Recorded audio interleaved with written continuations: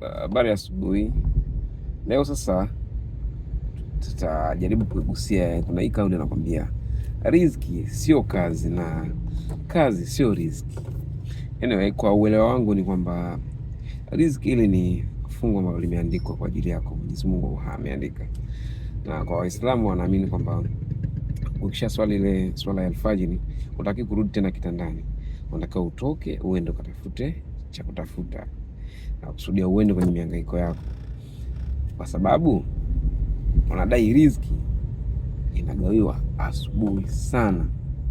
Na ndio maana kwa sisi ambao tunaishi Dar es Salaam utakuta hata Karume pale kwenye viatu vya mtumba, ukifika kwenye saa 9 saa 10 tayari yani niggas wanafanya business yani.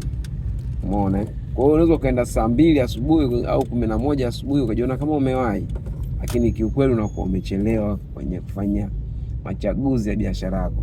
Kwa hiyo hapa tunapata tafsiri kwamba riziki inagawiwa asubuhi sana, na riziki hata ufanyeje hiyo ipo tu, kwa sababu tayari imeandikwa. Na tukirudi kwenye upande wa kazi, sio riziki.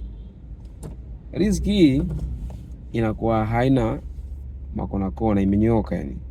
Lakini inapokuja kwenye kazi inawezekana, kwa mfano mimi nimepata pesa katika mazingira ambayo sio halali, lakini nikakutafutia kijana mwenzangu, nikaona mimi na kazi hapa na wewe, kwa sababu ndo vile una dhiki, unasema bwana, acha nifanye. Hujui nature ya hiyo kazi yangu, kama malipo nitakulipa yametoka kwenye mapato halali ama la.